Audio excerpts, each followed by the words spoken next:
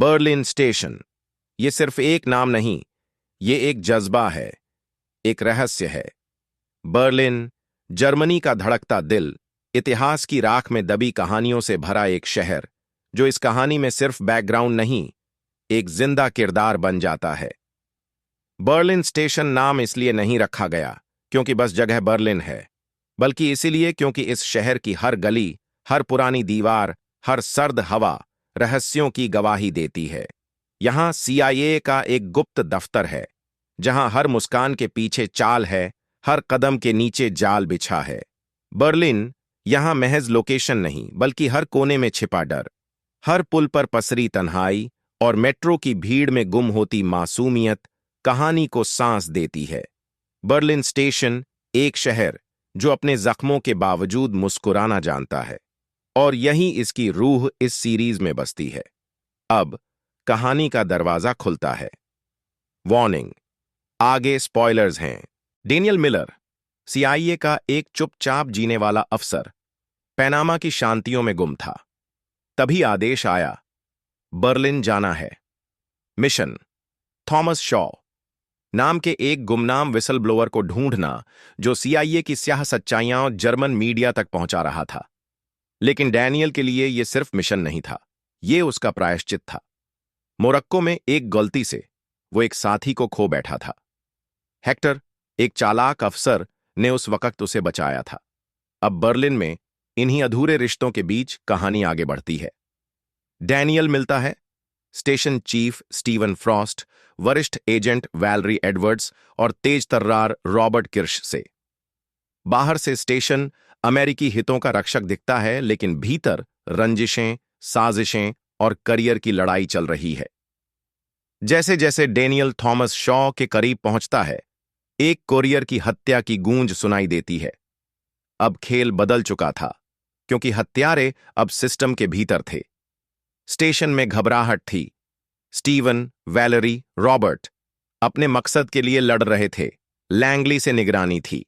Hector Daniel का phone tap करता है और हैकर जूलियन डेवॉस को छुड़वाता है, जो सच की परतें खोलता है।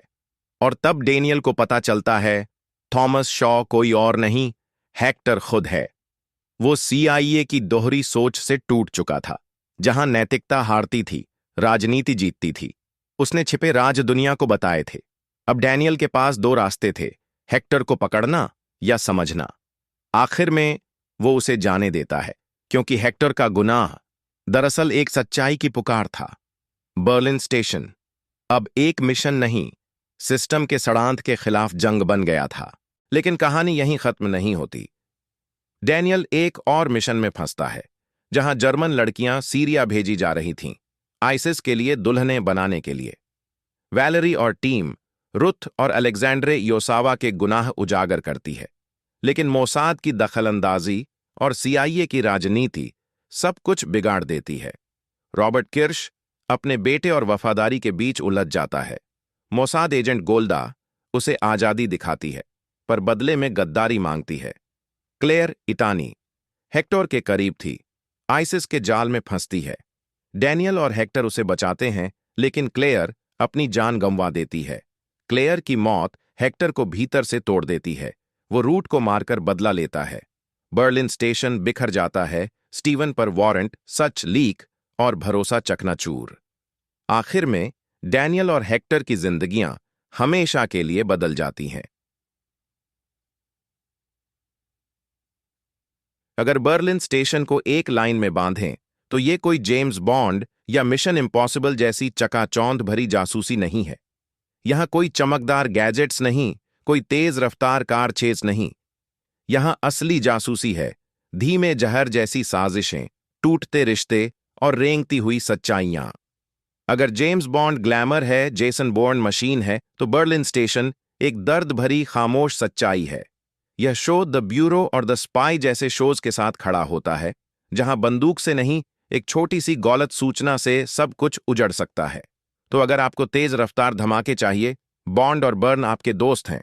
लेकिन अगर आप गहराई में उतरना चाहते हैं, जहां हर मुस्कान के पीछे एक कहानी हो, हर चुप्पी के पीछे एक साजिश, तो बर्लिन स्टेशन आपकी अगली मंजिल है।